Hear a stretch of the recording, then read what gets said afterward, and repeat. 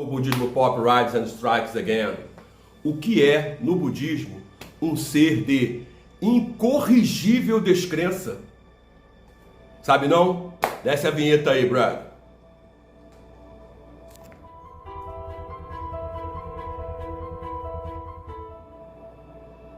Então, budismo pop, né? Chegando no fim do ano e a gente tirando essa onda, né? De acabar o ano como? Vídeo novo, né?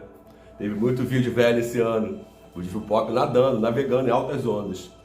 Aqui, essa expressão no budismo ela é uma expressão de uma palavra só. Incorrigível descrença fica ikshantika ou ikshantika, como querem alguns, tá?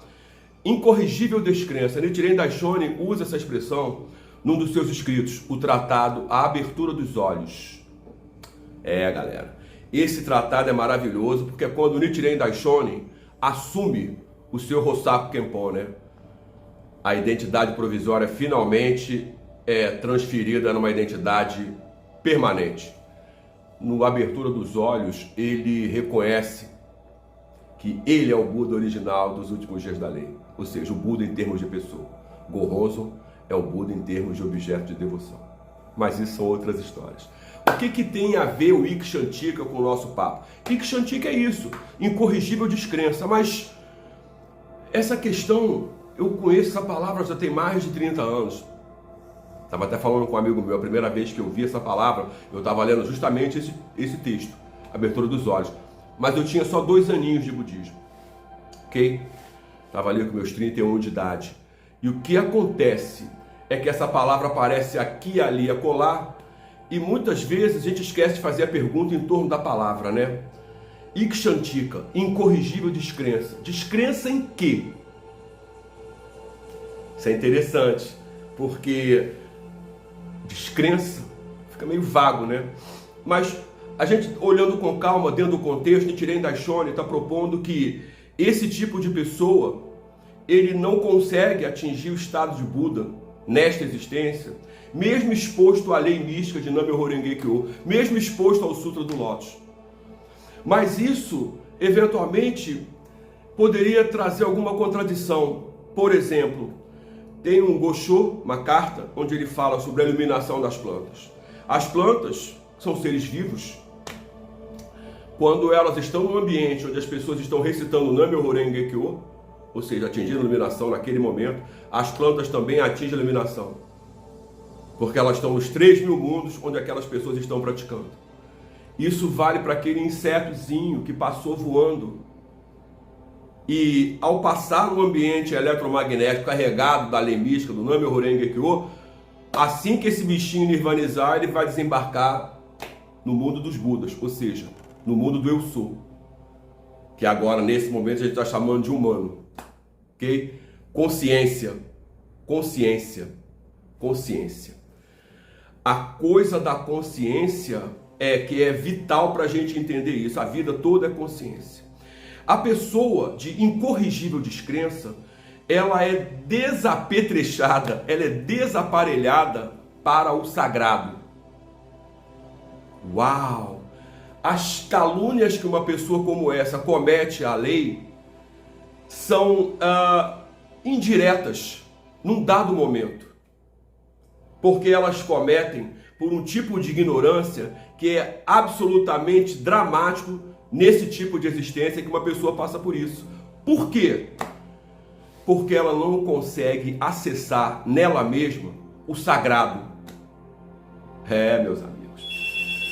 Quando a gente olha para a realidade última da vida e a gente percebe que tem pessoas, por exemplo, um psicopata, por exemplo, tá? Ele não tem o que dentro da sua constituição? Empatia. Por isso ele não sente piedade, por isso ele não sente remorso, por isso ele não sente arrependimento. Carece este ser, o psicopata, de elementos que permitiriam a ele uma vida mais humana. A pessoa de incorrigível descrença, ela cai dentro do processo de causa e efeito, porque a causa que você faz vai gerar efeito. Mas na pessoa de incorrigível descrença, provoca situações um pouco diferentes. Primeiro, se ela tem a oportunidade de conhecer a lei mística, se ela tem a oportunidade de conhecer o Sutra do Lótus, nessa condição de incorrigível descrença, certamente ela vai rejeitar a lei mística, porque ela rejeita o sagrado. Não importa se o sagrado é visto como dentro ou fora, ela rejeita o sagrado. E o que vai acontecer no caso nosso aqui do budismo, de Nichiren Daishonin da Gakkai? Não falamos pela BSGI nem representamos, somos membros e quadros.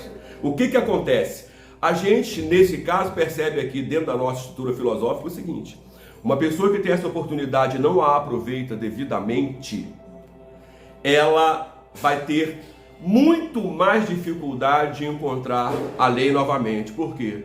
Porque é raro ver o Buda. É como nascer humano, é uma vez em cada 5 bilhões. É muito mais difícil que ganhar em qualquer tipo de loteria. Então, a pessoa de incorrigível descrença, ela vai desperdiçar uma existência inteira, como eu sou, porque como consciente, pessoa consciente, capaz de tomar decisões, sem aproveitar a oportunidade de modificar o seu karma e alterar a sua vida para melhor em existências futuras. Uau! Isso coloca uma pessoa nessas condições parecida com a condição do Devadatta, o primo malvado do Sakyamuni que tentou matá-lo algumas vezes. O Sakyamuni prevê que Devadatta iria atingir o estado de Buda, depois que cumprisse o karma das causas negativas que ele havia feito naquela existência. Isso é interessante pensar. Por quê? Porque ignorância é ignorância. E a gente, obviamente, pratica Nam-myoho Renge Kyo para atingir o estado de Buda nesta existência e vencer objetivamente a nossa própria ignorância fundamental. Porque no budismo, o que nós podemos fazer é mudar sempre a nós mesmos, cada vez que ganhamos mais compreensão da vida. Eu estou amarradão de conversar sobre esse assunto com vocês, porque essa palavra, ela me parecia sempre de uma maneira ou de outra enigmática nos contextos onde eu a apreciava. E agora eu comentava com um amigo meu muito querido, que eu liguei para ele explodindo para contar que eu tinha percebido essa abordagem, e essa abordagem, ela encontrou um respaldo dentro de um contexto que a ciência também poderia até responder. Claro que estamos guardando as devidas proporções. Eu não sou psicólogo, nem psicanalista, nem psiquiatra, eu sou historiador.